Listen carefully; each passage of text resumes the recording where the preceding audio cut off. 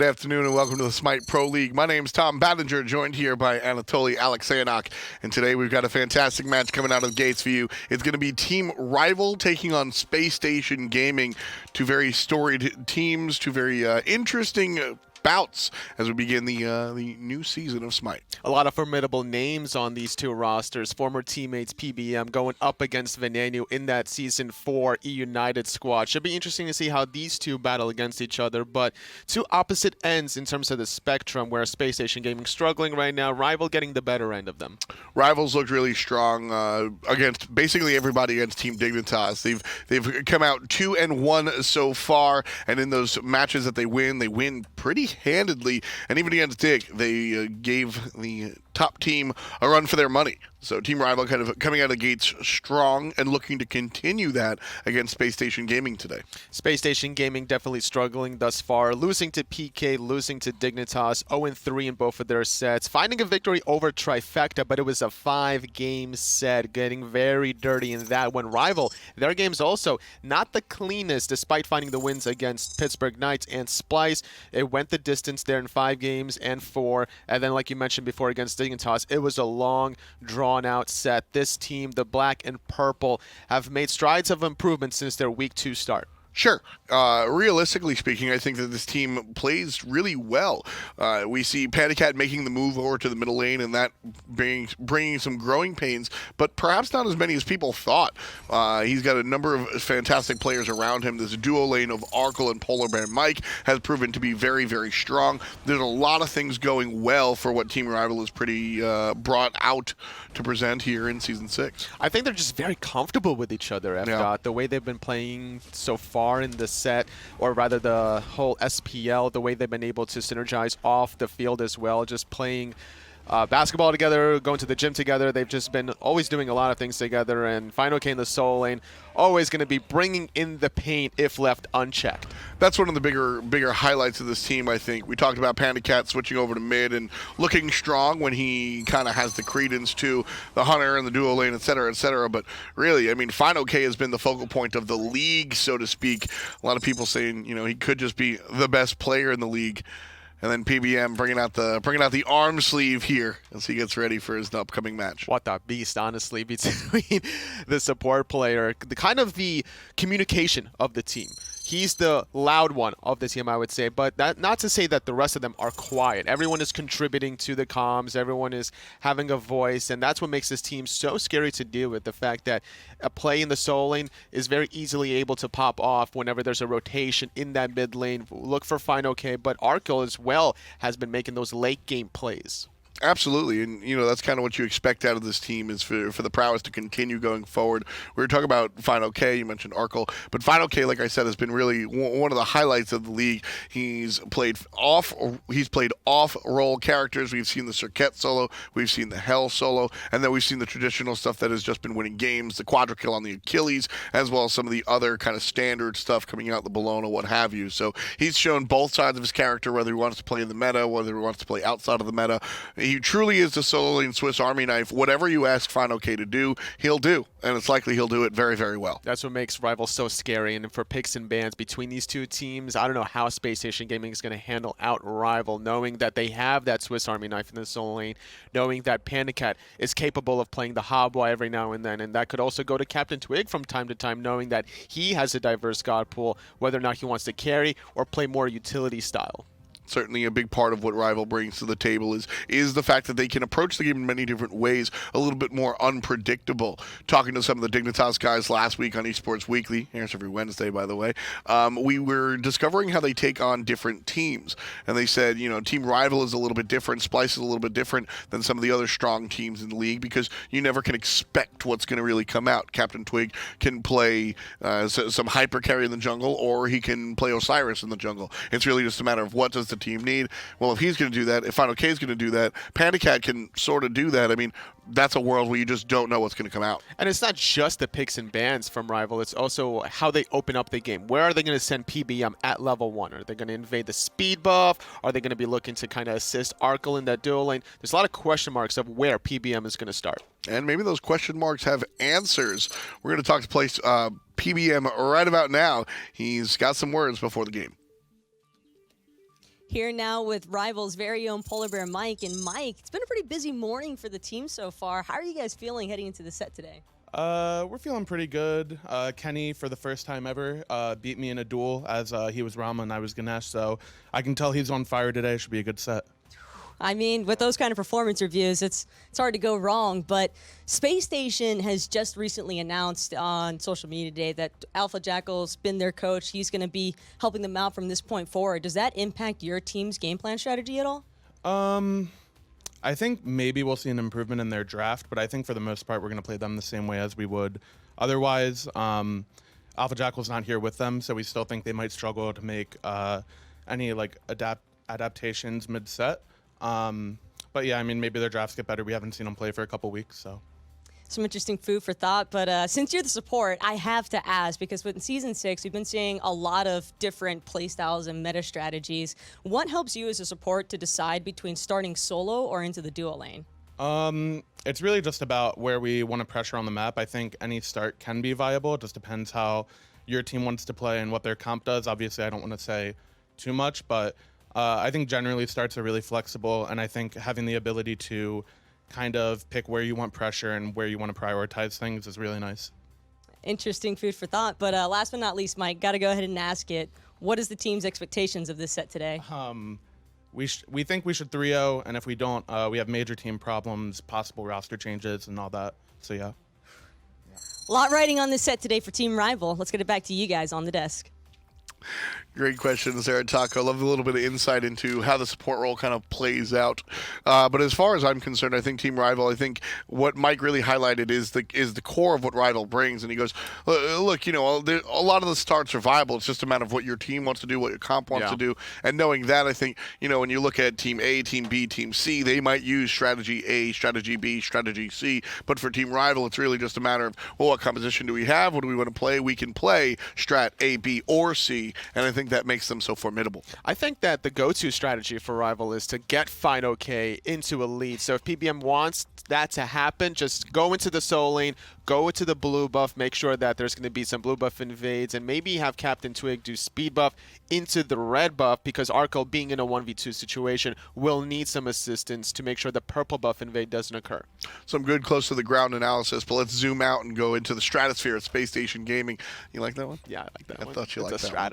But when we look at it, Space Station Gaming, you know, fineokay being such a highlight for Rival as of late, I think it's a good thing that Space Station Gaming, their kind of power guy has resulted in their solo lane as well, Aquarius. Now, he hasn't gotten a lot of the media love and the superlatives that we've seen on the side of PolarBearMike, fineokay, but Aquarius has absolutely been who I consider the star player of the Space Station roster. I totally agree with you, Tom. Even though Aquarius didn't get a quadra kill the same way that fineokay did, he is still a beast on the Achilles, and I expect that to be a highly contested pick between these two teams. Look for that in the picks and bans, and outside of that, it's important for not only Aqua to get off to a good start, but the other person that's going to be on that side of the map, andinster in the jungle, has to have momentum. When he doesn't, when he gets behind, he struggles mentally, and you can definitely see that in his gameplay. Yeah, Aquarius will certainly help his jungler kind of reach that level. Here's that Achilles play that you were talking about, just real strong control of what he's able to do out of the solo side and really what he's able to do later on. Venenu here in the mid lane, and I kind of like the storyline here. Picked up last year, wasn't really able to hit the ground running, but as the team has continued last fall split into phase 1 of this year, I think things are a little bit different, and Venenu has really kind of stood on his own and done some good work. And BaRRaCCuDDa, the carry of choice here for Space Station Gaming. At the end of the day, let's be honest, I think BaRRa has had some ups and downs in his career, but watching this year, I think this is one of the stronger years that BaRRa's had as of late. Especially in the set against Trifecta. He willed his team to win in the very last game. A great performance out of BaRRaCCuDDa. I don't expect Rival watching that game, after watching that set specifically, to give BaRRaCCuDDa the Freya, just for Freya, unless if they want to focus him out in the early game to make sure that doesn't happen again. Yeah, a lot of different choices here for the two squads when it comes down to drafts. As we mentioned, AlphaJackal is going to be coaching as well for Space Station Gaming. Yeah. AlphaJackal, if you're unfamiliar, has made a name for himself as a coach, previously coaching the rival squad to much success, never really being able to find a victory, but certainly improving them. We'll see if it has the same effect on Space Station. But before we get into the game, standing by, we've got support. It's JeffHindla on the mic. Here now at Space Station's JeffHindla. And Jeff, first set of the day, how are you guys feeling coming into this one? We're feeling pretty confident coming into this one for sure. And now you guys have made the announcement that AlphaJackal is going to be joining this team, but you told me earlier that you've already had him for a couple of weeks now to practice with. So what's been the team environment surrounding scrims heading into this? Yeah, so Alpha's helped us a lot, kind of like fix the overarching issue we've been having, right? So he's just pretty much correcting, like, hey, this is a consistent issue, work on this all the time, and he's been helping us a lot with picks and bans, so he's going to do that today. And then what do you think that Space Station is really going to have to focus out if you guys want to pull a victory over Rival today? I think we need to play our leads well is going to be the biggest thing. And then as far as getting those leads is concerned, I mean, I got to pick Mike's brain a little bit about the starts for supports in Season 6. As a support player yourself, how have you been feeling with the little bit of switch-ups that have been taking place? They're a mess. They're a mess, and he'll leave it at that. But good luck to you guys on your set today, and may the best team win. Gotta love talking to Jeff. I think my favorite part, as soon as she starts asking the question of, we've seen different starts, he just rubs his face. He's like, oh no. This is the support life a little bit interesting. There's so many different things you can do. We've seen the invade speed start. We've seen the start blue buff start. We've seen the assist the hunter start. Like, there's a couple of them, and that's only the 3 that we've been seeing thus far. We haven't seen the one where there's been like a consistent 3-on-2 in the dual lane or a 3-on-3 in the dual lane quite yet. Maybe that'll transition the same way we saw in Season 5 Worlds. Still very early in the Season 6 meta, but between both of these supports, they recognize there's a very flexible meta in the Season 6, and AlphaJackal is one about the X's and O's. Sure. We were listening to JeffHindla say how there was these overarching issues that needed to be fixed, specifically during picks and bans, and I think that if anyone, any coach specifically can assist Space Station Gaming, it should be AlphaJackal. Before him, specifically, was Dimmy. And he was more of like a player coach, where he has a lot of respect in terms of his experience with Energy, Epsilon, Panthera, and he is more of like the mediator of the team. But I think what Space Station really needed was the ability to change their picks and bans to adapt to the ever-changing Season 6 meta. I've got to agree. I think the P's and B's have been kind of a lag point for this team for a while, and as we see a coach kind of step in, one of the big things that Jeff mentioned was just his ability to kind of watch the game develop and go, all right, this is an issue. Fix it. Focus on it. Move forward. And that alone might be the big point. Picks and bans here for game number 1. Space Station Gaming will have the secondary selection here as they find themselves on the right side of the map. So Team Rival here. Bans that we expect. I think we've seen the commitment to the Arthur, the Merlins, the Xbalanques, but instead Team Rival going to look directly into the jungle and go for the Ratatasker. Well, Ratatasker is always flexible, right? We could definitely see Aquarius play that if he really wants to, and it's kind of annoying to see that global pressure be influenced in the side lanes, right? Like if Rival wants to allow Arkkyl in a 1v2 position, they don't want to put him in a 1v3 if he's got to worry about a global jungler. At the end of the day, andinster, with all due respect, I think is the exploitable point of this team. I think that everybody has been playing well. You mentioned andinster has been struggling from behind. Jeff in the interview said that they need to play the leads well, which kind of can translate to stop getting behind, or when you get ahead, stop giving up that lead. And I think Rival has identified andinster as sort of the weak point of this team, so to speak. At least that's what their picks and bans say right now. Ratatasker and the Circuit banned away, and the Achilles taken, you mentioned, going to be highly sought after in this best of 5. Between Aqua and also fineokay, it does not surprise me Rival go for this first pick, knowing that there's still some aggressive supports out there. But instead of the aggressive supports, I think Space Station Gaming with AlphaJackal as their coach now are thinking about objectives more, and that's why they're locking in this Fafnir Freya combination. No Xbalanque, though, which is interesting. And now the camera on Kenny, Arkkyl, Hunter for Team Rival. And I got to say, I do expect a Xbalanque here. I think Xbalanque works with what Arkkyl wants to do, which is play a real pure basic attack-oriented hunter. Long gone are the days of him being ability-based and all about those darts. He's Bola man now. And in addition to that, xbalanque just mad good. I think that ultimate is unparalleled. Now, when you see Fafnir Freya locked in, you got to be worried if you're in a ranked game. But in this specific set, Rival, watching the trifecta set, seeing what BaRRaCCuDDa was able to do, they've done their homework. They know that this was a possibility, and that's why they went for this aggressive Erlang Shen. We don't know where exactly that's going. Could be for PBM, could even go in the jungle. It could be Achilles jungle specifically with Erlang solo. A lot of flexibility thus far in Rival's draft. Bellona is an excellent answer here to Achilles. Perhaps in lane, sure, does what it needs to do, but more importantly, Bellona has just been strong in her own right, and Bellona's Scourge is going to do well to keep Erlang Shen at bay, kind of keep those basic attacks off the table. So I like that look. I almost gasped out loud when Jing was selected. I find it very strange that xbalanque would not be chosen, given, one, how strong I think he is personally, two, how strong the pros have said he is, three, how often he's been picked and banned. I mean, just nearly taken over the Pro League and not going to be chosen here in game number 1. I think Jing is better in the late game when you get your persistent gust agility combo. Getting more movement speed, attack speed is just better than the branching bolas. Obviously, you want Darkest of Nights to be an impact in team fights as well, but Jing is safer between her airstrike getting her out of danger. This is probably a strategy where Rival are going to leave Arkkyl alone in that dual lane, and there's no other hunter better than Jing about being left alone. There is a thought process that Freya might go to the mid lane for Spacestation Gaming and then allow BaRRaCCuDDa to play the xbalanque.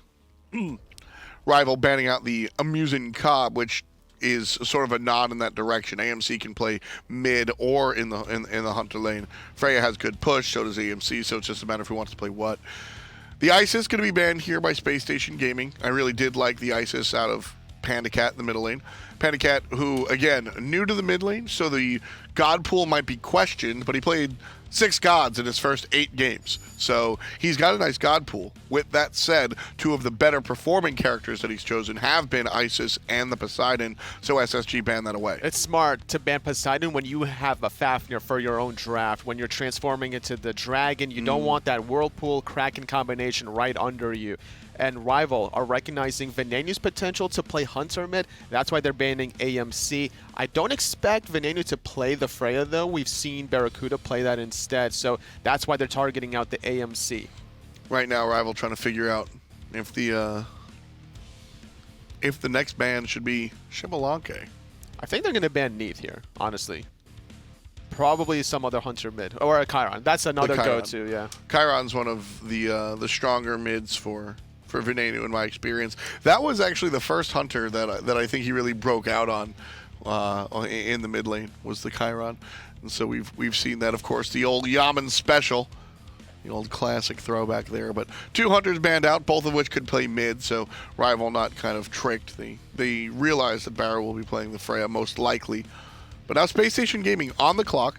They've got what seems to be a dual lane and a short side. They need a jungle and a mid laner. Against the draft from Rival specifically, you want something aggressive. I wouldn't be surprised to see a Nemesis potentially. It's an easy ganking opportunity. Unless they're trying to focus on super duper late game, and they would go for straight up Achilles pick. Certainly something to be thought of when it comes down to it. I would like to see some more crowd control. So perhaps a CC bringing jungler, but instead the mid lane Raijin will be selected here for Venenu. With these 3 magical picks, Freya, Raijin, Fafnir, there needs to be a hyper late game carry for andinster. I'm thinking Kali, I'm thinking Bakasura. Those are his go-to options. Why do we need a late game character? You need a late game physical because of your heavy loaded magical side. Rival are going to counter that with a lot of magical defense items, and they might be lacking in the physical defense department. We'll see. We'll see. I don't know if they need an absolute late game character, but they certainly do need a damage dealer. I would not want to see a tank jungle, but something like a Hunbats I think would be perfectly fine. Hunbats deals really well with Achilles and Erlang Shen, so the Zeus would be even nicer for a crowd control oriented jungler. We'll see if that's going to be the case. The Zeus has been played here by Rival. Zeus has been played by a lot of folks, actually, and Zeus has been very impressive. His immobility has not really been too much of an issue. A lot of players have been able to just capitalize on the damage. Heroin, most notably, perhaps, has looked really good on the Zeus so far. So Rival still thinking about this mid lane. What will go well against the Raijin? What will pair well with the Erlang Shen and the Jing Wheezy? And here we have 2 selections. Achilles could be in the jungle because the Terra will be locked in. So Erlang Shen and Achilles can both play solo in jungle. Looking at CaptainTwig, I think it's more likely to see Erlang Shen in the jungle and Achilles on the short side. It's possible, but knowing fineokay, he can even play the Terra in that short lane if he really wants to, depending on where Rival wants to aggress on. We heard it from PBM, how flexible the stars are for support. Space Station still need their jungler, so once they know the direction andinster wants to go, that's when Rival are going to decide where they want to rotate their front line. I want to see a Naja. I would absolutely love to see a Naja. Naja can get rid of Zeus before he hits the detonate. Naja long-range control over what's going to happen with Erlang Shen and even Achilles. Can chase down Jing Wei to a certain extent. I would really like to see a Naja here. I think it brings the crowd control we were looking for. I think it brings the late-game damage that we were looking for. Can't forget the AoE splash damage coming from the Sash as well. Could even confirm an objective that way. I mean, who knows? andinster right now giving a look towards the Fenrir, who I think fits the same sort of bill, more leaning towards the crowd control side than the damage side. And this is sort of where I was mentioning when I brought up a Hun Bats type character.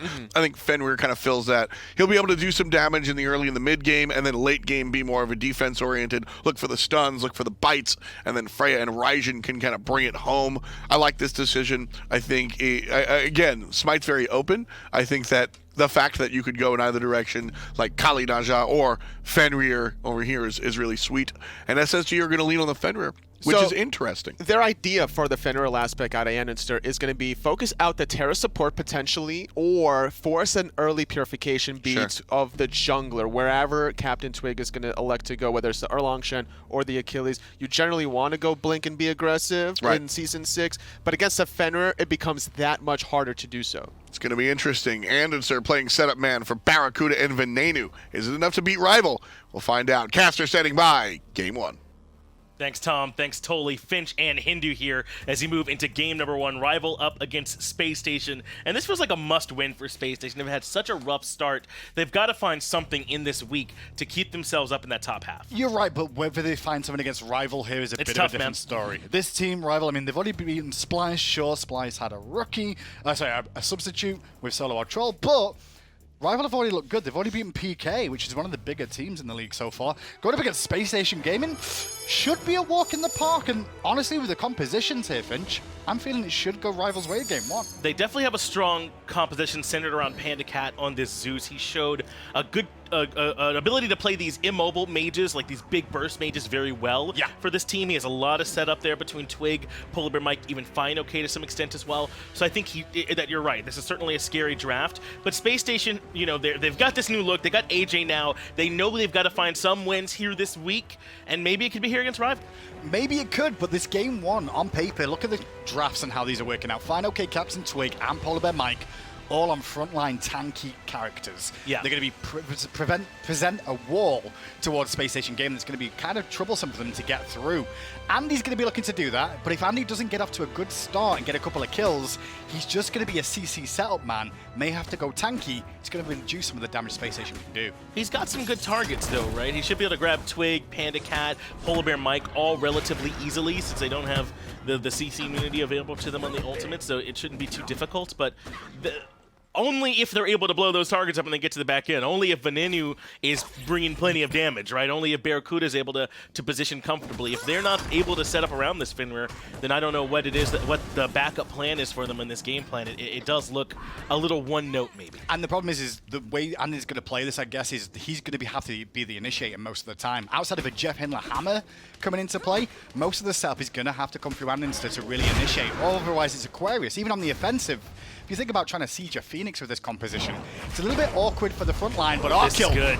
This is exactly the start that you want. andinster ganks early, 1 minute 15 seconds in, and Arkkyl goes down. These hunters have had it too good for too long. Send some junglers over here to harass them. But what can Rival do in response is the real question here. Right. They get the oracles on the left, sure, but they need to find a little bit more now in response to that death. As long as Andy doesn't like continue to run away with this, it's not doom and gloom. Right. But that extra gold from First Blood and the coffees is really going to help out this Fenrir early on. It's not doom and gloom at all because Space Station have to do that. You pick Freya for this because she has early to mid pressure and she can clear the way better than just about anybody else. And when you get rotation over from the Fenrir, she has the slow, she can help you out getting that kill. They almost have to do plays like that, I think, to make this draft work. But I always feel like andinster seems to play the jungle a lot like Feast or Famine in terms of like if he's on his game, he will pop off. If he's not, he's going to struggle a little bit here or there what he needs to do. Getting a kill onto Arkkyl early as well, very important. It's a Jing Wei. Pre-level 5 is probably one of the only times you can really look to gank a Jing Wei and find success there. Right. Because she's not got beads and her ultimate available at all times. And remember, this is a team that Space Station are actually kind of familiar with, right? I mean, PolarBearMike and PandaCat were their rivals on E-United for all of Season 5 last year. fineokay as well when they were playing in North America. So if there's a team that maybe they've got some extra familiarity against, some comfort against, I think it largely could be this Team Rival squad. I know that Space Station's had some troubles, but I mean, there really is a chance that this might be their game. I get your point, but at the same time, like, they know a lot of the players. BaRRa and Jeff have been around a long time. They have been, and but they it's should know not most quite of them. like playing them this recently as like just last year all year. That's fair. Yeah, all the time. But yeah, I get what you're saying. They certainly are old names, old heads who've been around for a long time. And they've seen most of it. It's mainly the Europeans that they're going to have to come up against that they wouldn't have played too much against. Right. But then again, they've been to pretty much most of the land through the years as well. So they've probably... Someone from North America had to go. So.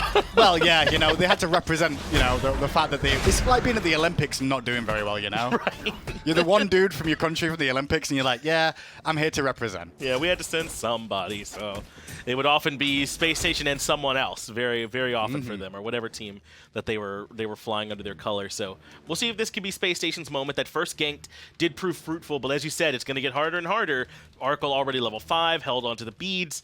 I don't know if he'll continue to be that target for them. Yeah, the only real difference in gold at the moment is Space Station Gaming's First Blood. I mean, there's not much of a separation outside of that. That First Blood obviously lost a little bit of farm for Arkkyl, which is where the gold discrepancy above the First Blood is. Left-hand side, though, here we go again. One more time, he's ganking, but there's that airstrike, just like we said. But this is what andinster has to do. He knew this gank attempt wasn't going to find anything.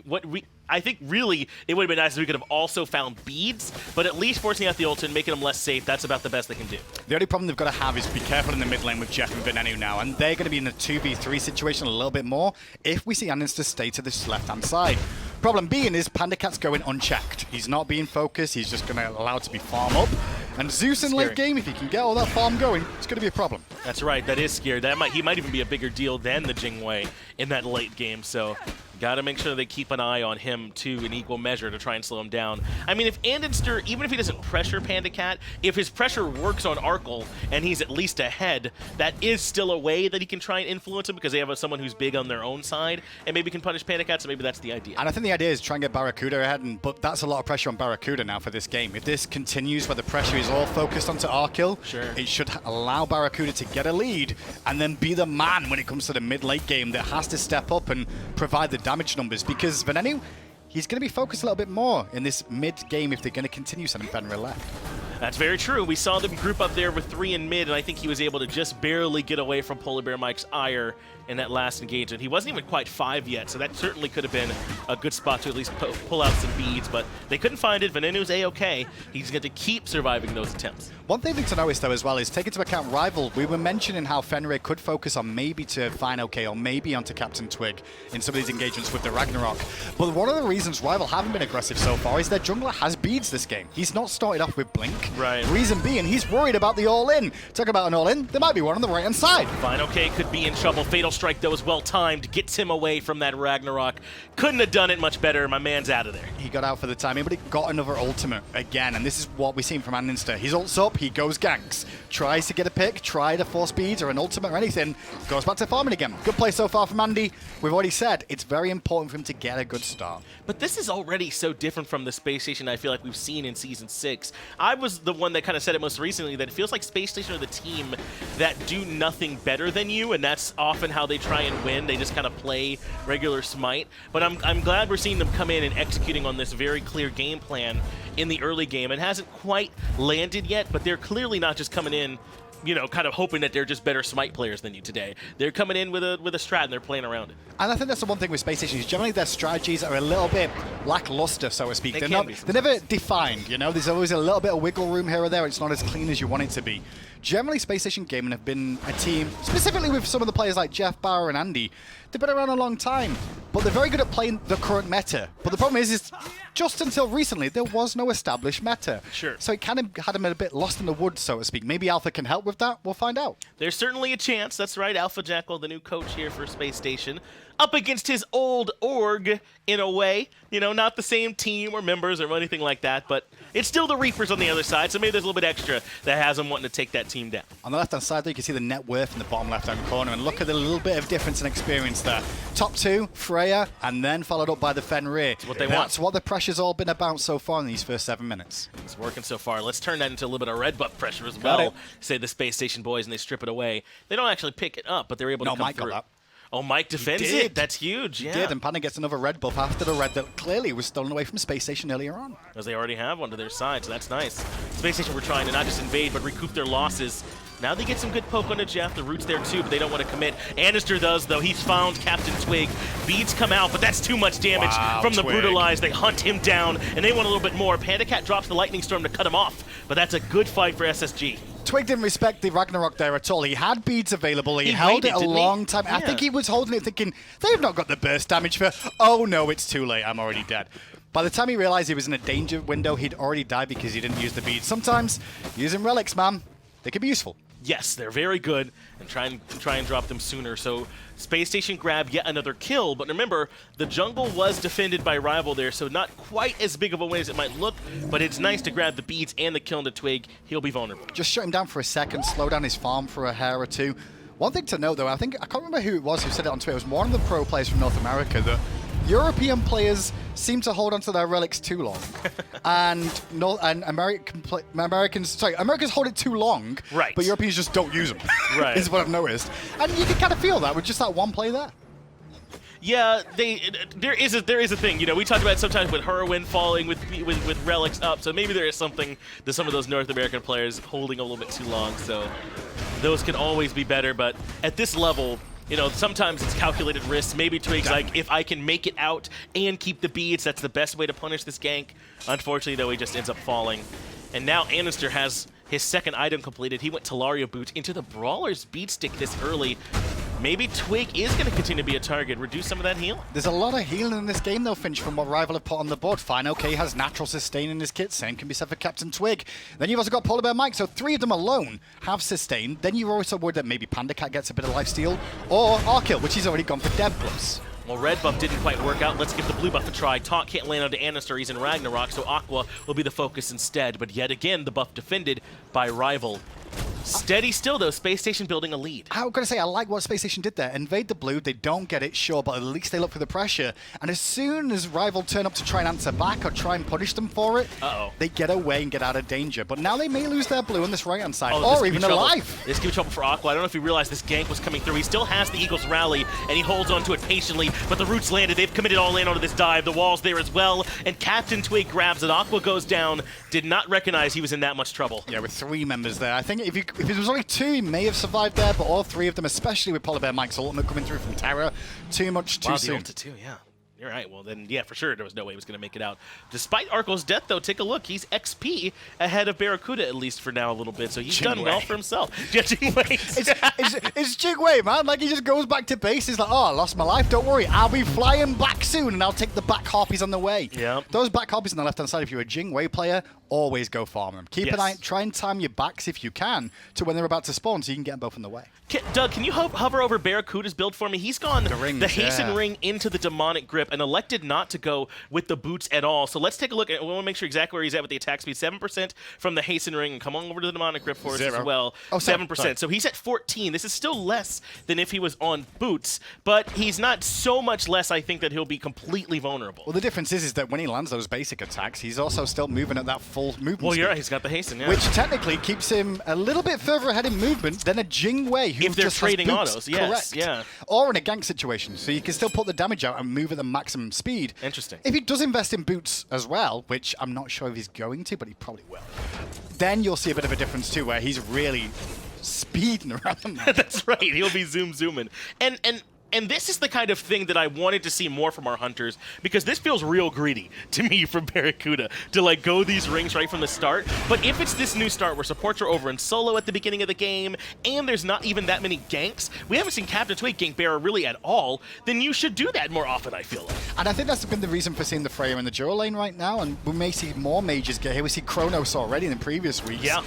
Because we're seeing more of this 1v1 in the Hunter role once again, people are starting to remember things. But hold that, Mike's in trouble. Mike's dead. PolarBearMike also has to hold that. He's going back to base. Venenu grabs the kill. The same 3v1 that won them a kill onto Aquarius and right. The favor returned, and unfortunately, PBM goes down. At the moment, though, goal difference is still only about 1,500, which isn't enough for Spacestation Gaming to grab this game. They could look for the Gold Fury here, especially with Jeff having his ultimate up, and now jumping in for CaptainTwig. Won't find anything here. They got to go soon, though, because PandaCat is available in mid still and has his ultimate up. Well, Twigs come forward, and now they can still try and turn this into a bait. I don't think they feel comfortable going for the objective, but you can see Vin's damage hurting plenty. Poor Twig taking all that right to the face. So the Gold Fury, though, still stands, and Space Station don't really force anything out.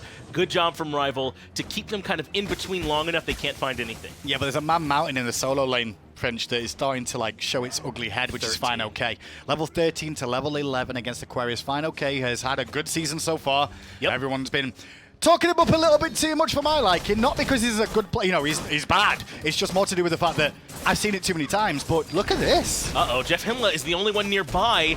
Maybe a hammer can get in there, but no. Gold Fury goes down for Rival, and that gold lead Space Station spent 13 minutes building, all but gone. And that's where the team fights are going to be important. But Andy just jumps in at the worst time there, didn't find Mike. After the fact, Venenu, though, can get a bit of poke damage onto Mike, and the focus is on Mike, who gets his ultimate off. PandaCat has the ultimate as well, so if they stay in this choke point, it could be trouble, and I think Space Station recognize they fall back. That's really Tycho Drums committed just for the ultimate from Twig and PBM when you consider it. So that is 1 for 2, maybe not too bad. If we can keep forcing Mike's ultimate from Space Station's point of view, this is a good thing. Rival can't group up and have all that additional protection, survivability, so to speak, and damage output. If they can keep making Mike stay on the back foot and having to use it defensively, they're finding wins there. But I don't know how much Rival even really want to fight right now. They don't. They've got a Jing and a Zeus that they're happy to get these items stacked on. BaRRaCCuDDa, first item from him as well. This is also some greed from PandaCat. Once it gets that pen online, then I think Rival are like, sure, come at us. I agree with Rob being a bit too much of like very expensive, so to speak, Sure. but it's such a good item on Zeus, It's man. good, yes. Like, it's exactly what he wants. you pull the detonate and someone's at 20% health, they're disappearing. They are disappearing with how That the passive works. should say, hey, you want your detonate to kill, right? Are you Zeus? Yes. Buy me. That's all it should say on the passive. That's Exactly. all it needs. It's exactly one that Zeus wants to pick up. So it is going to be very, very strong for him, and once he has the pen, it'll be very difficult, even for what, JeffHindla or Aqua to stand in his way, especially because there's no dedicated magic defense items yet. So I wouldn't be surprised if they try and play around it. Now at the moment, fine, okay, getting a bit of poke onto the andinster as it stands. But if you're tuning in right now and you're a Space Station fan, you're like, hell yeah, boys, take it to it. We're in a great spot. If you're Rival, you're like, don't worry about it. We've got a mid-game composition that's going to spiral out of control as this game goes on. It's up to Space Station to try and shut it down as much as possible early and then win a couple of team fights at the right opportunity. They do still have a pretty nice position of their own, though, where they can try and play around this Fafnir. That always gives you some extra potential to burn some of these objectives, even if Freya's maybe not quite as strong as some of these physical hunters late game. She's still plenty potent, so they're not going to go away entirely. It's just you might want to make sure you're not giving Team Rival too much space in this mid-game we're moving into. One issue with Space Station Gaming's composition, which I've not touched on just yet, really is objective secure control as well. Obviously, they've got Venenu, but clear of those objectives. Freya's not the greatest at clearing Tier 1 towers, Tier 2s either. Sure, that's right. Or even Phoenixes. So sieges have to be pretty spot on from Space Station's point of view.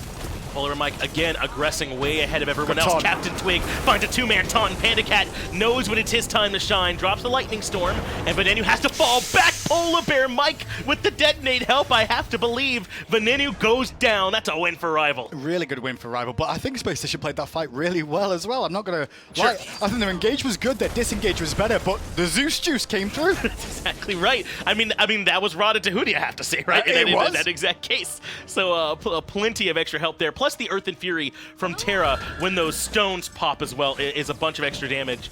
So if you have those stones on you and PandaCat has RaDaTaHuDi and Detonate, it's very hard to live. But look at this now, Rival trying to exploit the situation of picking Venenu by picking up the Pyromancer, easily secured for them. Just start to extend their gold lead that they've slowly but surely earned for themselves. Now it's all moving back into Rival's favor. 1,700 gold and 2,400 experience. And if you are just tuning in and you're like, man, Andinster's 2-0-1, what happened? That's exactly how you want your Fenrir to work. Well, he did do exactly what you want in the early game. They could never translate it, though. It was Rival who actually controlled the first Gold Fury and the Pyromancer and kept even enough. Wow, Arkkyl was really worried about a gank coming in. He was right. And he was a little bit early, I would say, on that ultimate, and I think he's upset with himself. He went, damn, I used my airstrike, but still better than using a relic. Exactly. That'll be up sooner. But Andinster and JeffHindla were lurking in the jungle. Maybe he was more trigger happy because they got some calls that a rotation was coming through. Either way, he's still alive. And man, I can't get over it. These hunters nowadays, level 17, highest in the game. It's a travesty that they just leaving them alone all game. We've seen it before. I think it doesn't surprise me anymore. Sure. Because I've seen like every season of Smite. I'm like, oh, right, Hunter's level 20 at 19 minutes in. Sure. Okay, sure. Why not? Why do we all sign up for that, though, Hindu? I just can't believe it. We're all okay with this. We're not designers. We're just casters, Finch. Okay? We're just here for the ride, my friend. Right. Well, letting this sort of develop, though, where they get all this time to themselves. And so, as someone who likes to play Hunter, I'm not going to complain too much. But yes, this does seem very nice for them. Well, we mentioned Earth and Fury a few moments ago, and the one thing I didn't mention is the relic situation of Mike as well. He's gone for the frenzy option again. Yeah. It's going to do so much damage with this. Imagine how much Zeus is going to swing for when he's got a frenzy popped on him too. With RaDaTaHuDi, with Earth and Fury helping out as well. Goodness. That's nasty. That's not very nice at all. It's just a scary team comp that you're fighting. This is good news, though. Doug's pointing out that horrific emblem is fully upgraded for JeffHindla. That is going to help them quite a bit. He's already got some mitigation with the Oni Hunters, which is going to need against Zeus. Maybe that'll help them, but Gold Fury doesn't have any such help, and Detonate oftentimes underlooked as good confirm. It secures the objective, and JeffHindla's already low. Earth and Fury lands on just about everyone, too. Not sure about taking this fight. If I'm Space Station Gaming now, as Andy does jump into the back line, picks There up it is. fineokay, brings it back to the roster, and BaRRaCCuDDa would get the kill. BaRRa actually gets two as Aquarius is popping in the back line. He is. He hit a nice ultimate that's set up for Venenu with the Taiko drums. Now PolarBearMike in some trouble. Banish brings him right back down, and Venenu swings home. Space Station may have lost the objective, but 4-0, that's a fight they'll take every time. Bit of a weird fight from Rival's point of view in my eyes. They get It looked good. Well, they got the Gold Fury Rival, and then they're like, okay, let's keep fighting. But Space Station, that's what they're going to be about. They're not really about objectives because of their composition. It's not designed that way. Right. Their composition is designed to take team fights, and, well, that went so well, and I think a lot of the credit needs to go to Aquarius. Me too, man. He hit that two-man Earth and Fury on the back line, and Venenu, give him credit too, because he was under all kinds of stress, and my man still said, I'm getting up in the Taiko drums, and I'm following up, and he got that damage in. That's what kind of helped turn that fight around. CaptainTwig going to blink in, though, looking to try and slow them down here more than anything. Yeah, a little too early, which means that he's definitely going to Andy fall. might die. Maybe Andy will die too. He can't leave the ring. He's dead. Has to avoid the pools. He needs to get through a little He's bit dead. more damage. He's okay. He Oh avoids my it. god, wait! What is he stood on? He's like, has he still got claws? I'm not even sure if he does. I think he lost some of his toenails at least on that one, but hey, it worked out. He made it out of there by the skin of his teeth. Great job from Andy to avoid not just the Fire Giant, but it was Twig who brought him extra low and made that scary. So now Space Station have a moment where they can all five with Fire Giant try and group and siege. But like you said, they're not the greatest at it, I feel like, without a physical hunter. But they do have a Fire Giant buff, Yes, and that's that going to be helps. important. It's probably the only one we're going to see of the game now, because once the Enhanced Fire Giant comes through, it's not even worth trying. Right. Like, just leave the Enhanced Fire Giant alone. I've seen too many games now where teams are dancing for the 37 health I just heard from production is what Andy For had there. Andy? 37. Yes. 36 more than you need. And, yes, but if any one thing the Fire Giant did had connected, then he would have died. So he was very much walking the tightrope. But I think you're right. This Fire Giant's going to kind of cover some of those gaps there for Space Station, as is this Fafnir too. If they play around the Draconic Corruption, that certainly can help them burn them down as well. Same time, I mean, they've got andinster and Aquarius, so they've got a little bit of physical for clearing. The Fire Giant buff does buff the amount you're going to do to towers. Question is where does Rival try and take a defense? And that ping on that tier 2 tower on the left says, I like it. we will stand here. Well, this is the point in the game when this team wants to be fighting anyway. Obviously not into a fire giant, that's not how you draw it up, but this is exactly the time when this comp feels very good. And I think more often you should not give up a bunch of this gold to the fire giant team, especially if you're even, because a lot of the times that's where the lead really comes from, taking those towers. Agreed, and it's about people being in the wrong position more than anything else most of the time. And when I say wrong position, I don't mean intentionally wrong position. It's more like you're respawning, or sure, oh guys, my relics are still and down, they can hurry and up my and force them ultimate's down. down, so you have to give it up. But sometimes, like this, you get all your ultimates up and most of your relics are available. That's right. Only 8 more seconds for PandaCat on this Aegis. No Watch wall Fineokaystun comes from PolarBearMike, but Fine is lurking in the background. So is andinster, though, and they'll meet in the jungle. Though I would have thought that would have been a fight Fine would be happy to take. He doesn't want to get pulled back in to the rest of this squad. Got to be careful about how much poke damage Rival take. That's the key here. They've got to use Terra Sustain with the Monolith to heal themselves up. Use the Lotus Crown as well for the extra passive protections. But if you take too much they're poke, done. that's where SSG will get the win. It looks like they've made the call to give this tier 2 and left up. I think really, though, even though they don't defend the actual tower, they did delay. And so maybe they won't be losing all the rest of them, but it looks like they've just sort of given up on defending them in general. fineokay has to use Fatal Strike to get away from andinster, and the rest of Rival won't be in position. Or maybe they will to try and defend this tier 2. They may want to now, because the issue I think in the last fight is Twig didn't have his beads available, but now he does. Now no Ragnarok either. But this is all about backline pressure on big ult though! Lightning Storm lands, so there should be a good detonate, but Venenu is the better here. CaptainTwig falls down to the pressure from Raijin, and that means now the tier 2 tower a little bit better on the menu. PandaCat had a good shot there with that Lightning Storm, but he couldn't quite keep them locked down in it. It was more CaptainTwig's ult after the Zeus ult, because Zeus Panda drops his ult and straight away Twig goes, I will secure this damage for you. Gets a great taunt, but just disappeared in moments. Two-man stun from PolarBearMike might have bought a second, but Spacestation Gamers is going to force their way in. The tier 2 tower in mid goes down as well. That's an extra 3K they've now made, including the tier 2 over and left in gold to finally grab themselves a true lead here in this game.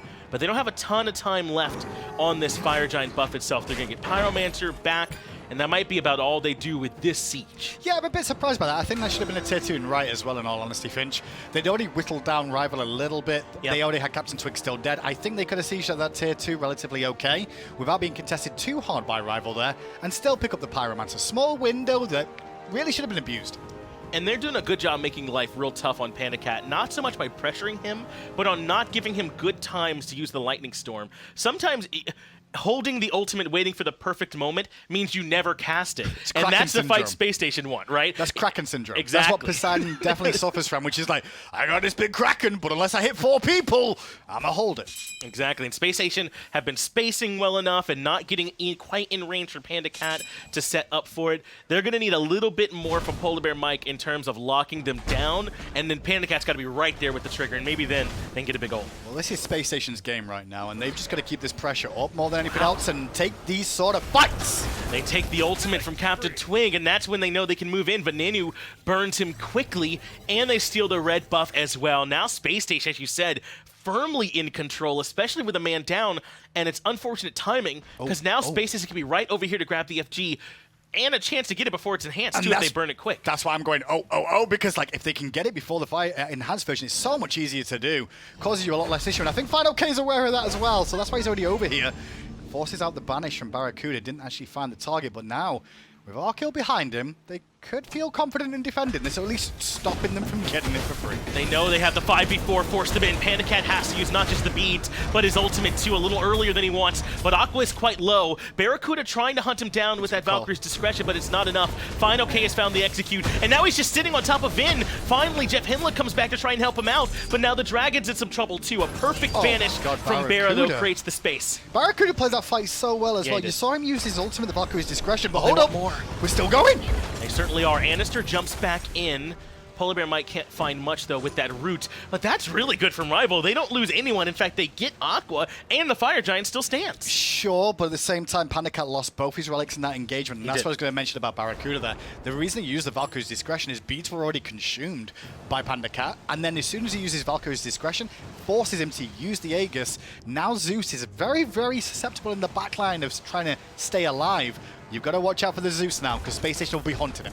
And the small price they paid for that was Aqua's life. It was a great initiation as Bear is in some trouble. They're diving in the back. They know he doesn't have the ultimate. He used it last fight, and PandaCat removes him quite quickly. Andinster does pick up PandaCat. That's critical that they remove this Zeus from the fight, but is it going to be enough? You can't detonate those charges without him, and Andinster might be able to get out. He actually turns back around, but he should still be able to make it. No, fineokay hunts him down. fineokay, we've been talking about him all year so far. Everyone has him. Of course he's going to get the kill. Have another one, fine. Go on, steal it. No, okay, Arkkyl will get that one. Well, Andinster turned back around, and I just assumed he knew something I didn't, and that's why I was like, maybe he'll make it out. So that was a big mistake from SSG. Like, yeah, sure, they get forced back to base, but then they stagger back towards the fire giant. BaRRaCCuDDa in the front line without beads. Yes, that was not ideal. No, there's no way they were expecting Rival to push up past FG like that to play aggressive, but PolarBearMike, he doesn't even use the monolith for the root. He's literally trying to get closer to BaRRaCCuDDa in the backline so he can start locking him down. Exactly, and that just works out so well for Rival now, who are going to go for this enhanced fire giant. Still a little bit risky. You need more than 2 people. That's why there's going to be 4 now all of a sudden. They are. It is still very much going to be risky. They do not have PandaCat here. He had to respawn and is making his way back. They have the Frenzy now to burst it, but Aqua's here.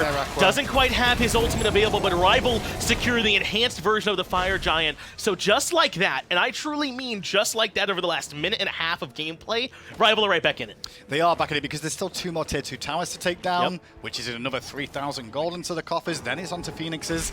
And they've got a composition that's not too bad at taking them down as well with having the Jing way. That's exactly right. They should be able to burst through some of these objectives, but... So 2 things I've noticed from Spacestation so far. Sure. 1, BaRRaCCuDDa being a little bit too far forward there when there's so many CCs that are going to keep him stunned and locked in that he can't get the Aegis off. Second one was, in my opinion, Aquarius should have been more aggressive there. Sure, he didn't have Eagle's rally, but you get in the pit and you disrupt. The more you disrupt, the less damage they do to the Fire Giant. Right. Gives a chance for Venenu to get in there and defend potentially, or even steal it away himself. Well, it's the old-fashioned Gold Fury that goes down now. Might have preferred the Oni this time, but alas, that's not the rotation that they had. So they'll take a little bit of extra gold. They can backspin that, and that basically brings them back to parity in terms of how much gold they have. But remember, the enhanced Fire Giant, that favors Rival entirely. They no longer have to worry about those backdoor protections. They should be able to move right in and start shredding as Space Station gives them even a little bit too much space. And now the big question is, how does Space Station Gaming answer back? Defensively, not the worst composition in the world, in all honesty. They've got Venenu there on the Raijin. Wave clear is pretty solid on that character. And then with Aquarius and JeffHindla being able to frontline, it'll give a bit of a window for Andy to try and jump for the back line. Right. Aiming for the Zeus. Big picks here, though. On defense from Space Station, take out the Jing way. PandaCat's going to do a lot of damage, but if the Jing way survives, the Phoenixes are still going to fall. That's right, and PandaCat's damage is almost certainly just going to happen. It would be very difficult to stop it. I mean, even Andinster, we talked about how important he's going to be. He's not particularly protected against PandaCat in particular. So no one is. Right, exactly. There's like maybe a Pestilence, a Mantle, the Oni is there too, but for the most part, PandaCat's damage is going to hit home. So whatever Andy's trying to do, he's doing it knowing that PandaCat's damage is going to be a part of it. And funny enough, there's no Heartwood Amulet. Now, I know most supports don't necessarily pick it up at the moment with how the builds are, but Heartwood Amulet is magical defense. And yes. You want auras for your team where possible, especially against someone like Zeus, who is going to be an AoE sort of mage that's going to cause so much problems for you. Rival now have switched into the siege mode where they're the ones aggressing. Just over 29 minutes into the game, Obshard and Spear the Magus finisher PandaCat, and a Mantle of Discord, by the way, so if someone is on top of him, he'll have that extra safety factor. Jeff takes half his HP and has to leave, and fineokay starts moving in. They've got minions as well to try and get some shots in for Arkkyl onto this Phoenix, but another good 2-man banish sets up, but there's no follow-through. No, Andy was trying to get the follow-up there, but the Howl into the leap, but Ven's already dead, and there we go, Zeus juice, baby! Egg is still available there, too. That just hurts. Venenu takes way too much damage and goes down. That means left side Phoenix is free for Rival.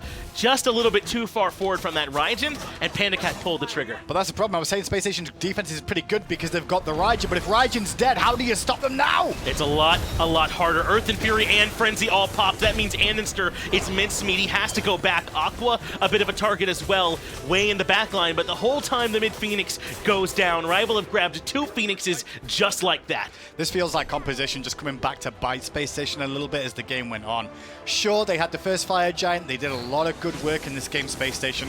Yes. But the final hurdle, which was trying to get for the second one and, you know, set up for it, it came back to bite them where Rival went, okay, we got a window, and they've abused it so well. It really was just that play around the right-hand side where PolarBearMike starts diving BaRRaCCuDDa, because you talked about how good BaRRaCCuDDa's ultimate was to force out relics from PandaCat, and it was good, but if you do that, you've got to make sure you're playing a little bit more carefully on the back end. And Rival go, well, his ult's down, he's a sitting duck, and they kill him, and they keep waterfalling it. BaRRa was in the same sort of spot that Panda was in. I just didn't reference it because Space Station were winning the game, so I'm like, okay, sure, they'll try and protect him. But talking about protection from Space Station Gaming, who's the protector on that team? There's no one, really. Yeah. Jeff at best, but realistically, Fafnir's not the greatest at peeling. He's there more for initiation and baiting, so to speak, with his ultimate. Exactly. That's what he's there for.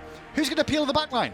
You want Fenrir doing that? A Bellona Scourge? There's your options, really. There's not many. Well, you hear Ryan talk about it all the time. A lot of the times, those carries kind of have to do it for each other. Yes. Sometimes, and this is a competition that can do it, but you lose so much. The more they have to use back their peeling, the worse their initiations are. You've seen BaRRa get a bunch of two-man banishes. That's so much of what makes Freya strong when it can be offensive. Yes. Not nearly as much when it has to be relegated to keeping them safe on the backside. They've been useful defensively so far, but the problem is that when that window's down, the mages in the backline, this Raijin and the Freya, what else have they got left? They've got a slow. They've got two slows between them, right? That's it. To try and peel off all these frontline carries, it's too much. It's definitely tough as the last Tier 2 tower comes down. Team Rival's FG has already fallen off, of course, and now the new Fire Giant back on the map. 32 minutes in, it's long been enhanced, and Rival will be the ones in control. And in this point in time, maybe in this game they won't listen to me, but in this point in time, I think it's time to get rid of doing the Fire Giant. You shouldn't be doing it again. There's two Phoenixes down, Finch. Why do you need a Fire Giant to end this game here? You shouldn't. Use the minions. Well, CaptainTwig and andinster are battling on the left-hand side, but JeffHindla's already taken quite a bit of poke, and so is BaRRaCCuDDa. He goes up to the Valkyrie's discretion, returns what damage he can, but Twig is looping around, blinks past andinster. Thunder Crash is used to disrupt, but the Lightning Storm is still here, and now there's nowhere near as many tools available to Space Station. BaRRaCCuDDa goes down to the detonate. fineokay finds JeffHindla. And Aquarius trying to harass the backline. Eagles Rally used defensively, but now he's in trouble too. Optan needs to really try and jump in and stop this place. Already over, Finch. I think that is going to be the game there. BaRRaCCuDDa, like, obviously they used Shell, they used both relics to try and keep him alive against PandaCat there towards the end. Still wasn't enough because he just held the detonate until the last minute. What a clean Team Rival is. And the reason that I say that is they grab game one and take down Space Station Gaming is because they were struggling in the early game. This pressure from andinster and the Fenrir actually was working, and they were getting BaRRaCCuDDa a little bit ahead, but Rival hung on, and they found their window. I don't think they really, I don't say hung on, I feel more like they were quite comfortable throughout most of that game. They knew where their disadvantages and advantages were in that one. My biggest concern though, well, not biggest concern, my best highlight of this is Space Station actually looked pretty good there. I think so too. They look like That's the best they've played so far. I think so too. They came in with a game plan, and I think that they were executing it very well. I really think without that one fight around the Fire Giant pushed up into their own jungle, kind of near speed buff even, I think without that fight, this is Space Station's game.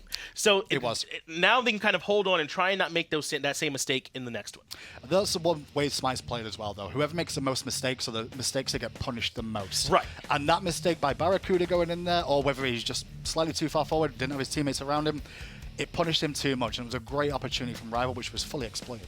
Yeah, and I don't think that, I think if you're Space Station, you don't even really expect that fight to happen, right? For them to push up beyond the Fire Giant and take that fight near your own speed bus. So I guess in some way, I understand why maybe they weren't expecting it, but if you want to get wins against Rival, you got to expect stuff like that, or at least be ready. But that's why you do it. That's why you go aggressive, because nobody expects it. Right. Who does that? Well, Rival do, and Rival find wins because of it. Exactly. That's why Rival has been one of our top teams here so far. So Space Station have their work cut out for them. Maybe they'll sync up with Coach AlphaJackal to get some advice. Let's get back over to the desk, though, to see what their thoughts were. Much better play as Space Station in game number one, but still not able to find the victory just yet. A couple more games left in the series, so we can see where everything goes. But at the end of the day, I think AlphaJackal did his job. Definitely, with picks and bans, specifically the Fenrir against a composition that had no disjoints and a lot of dashes. Jing, the Erlang, Shen, the Terra, Achilles, and then an immobile Zeus. So it made sense as to why the Fenrir was picked. Even level 2 ganking out of andinster, a good start to the game, but it was a roller coaster for us SSG. They got that first blood. They got 2 more kills after the fact. But then they lost a very early Gold Fury around that, 12, 13-minute mark where Venenu went to the right back camps. But then, more importantly, was they defended the second Gold Fury. Or at least they gave it up, but they got 4 kills after the fact. And I think this is the fight you're talking about where BaRRaCCuDDa on the Freyas was able to combine. And that right there, that's what you're looking for out of this composition. The Fenrir to grab somebody, deliver them directly to the damage dealers, and then convert. And andinster had great early game momentum to make that kind of a play. He got a double stun in the backline, and then he used the Ragnarok to pick up fineokay before the Fatal Strike was an impact. But then that roller coaster that I was talking about where they got the 4 picks, but then the second Fire Giant is where SSG went wrong. fineokay got an early pick. Venenu had to have gotten out. He got very low there. The shell was just enough to save his life, but then the very end of the game, BaRRaCCuDDa just too far forward. Yeah, I think that 25-minute mark team fight, the one that we just watched, was the turning point for Team Rival. They identified Spacestation Gaming's kind of weakness. It was a little bit, all the team fights were a little bit too spread out. Rival lure them into the trap, then jump everybody by those back harpies, and Team Rival were able to transition into a lead after that. And I think that Venenu had a decent game on the Raijin. 5-2-5 makes it look a lot better than it actually was, but he was the reason why Rival were able to get the left and middle Phoenix when he died to the detonate without using the Aegis, allowing the black and purple squad to get the first 2 Phoenixes. At the end of the day, I think what we saw to Team Rival was strong, and they were able to take the victory. And, you know, talking to these guys, I think that they had some communication issues in the early parts of the game. And then as things traveled on later on, they were able to kind of fix those and take the victory. But I think it's sort of column A, column B. Team Rival might have not been as clean as they would have liked in the early parts of the game. But also, Space Station played very well. Andy did what he was supposed to do in the early game. It was just that those mid-game team fights that kind of everything sort of fell down. That's right. The Fire Giant little dance around the 24-minute mark did not favor out Space Station Gaming. fineokay had a really good showing on the Achilles, and paired up with the Zeus that did that much damage out of PandaCat allows those executes to come out more frequently. Fenrir is kind of chosen because he can jump over that front line and get PandaCat and get players that are safe and sound into a less safe spot. But the positioning of PandaCat was really flawless. We saw teams fighting around the Fire Giant, and Rival gets jumped, not at the 25-minute mark, but around 23 minutes right before that, where we see an all-out disengage. The team gets jumped on. fineokay kind of gets jumped on and lured in. And what happens there is the teams fight around the Fire Giant, and PandaCat is able to drop an ultimate, hit a detonate, and then back up, and by the time all the scrum's happening, he's behind the back camps. That's really where he was able to do work, just like drop his damage and get out, and I think that was really powerful. That's right. In that specific engagement, Twig got picked very early on, with PandaCat having to retreat all the way there, and in the build specifically from PandaCat, it was very damage-oriented, going for that Raijin. Sure. But then he mixed it up a little bit, going for some kind of ways of survival, thinking about the Shaman's Ring for the damage and movement speed, and then that late-game Mantle of Discord, a good pickup against a Fenrir that wants to make sure he sticks on you. Also, at the end of the day, Shaman's Ring, we heard the commentators talk about BaRRaCCuDDa and how it might as well be the Zeus stick. Yeah. I think Shaman's Ring fits just as well in there. You literally can't cast Detonate as the first ability. You have to do damage first, so an extra 10%, I'm down.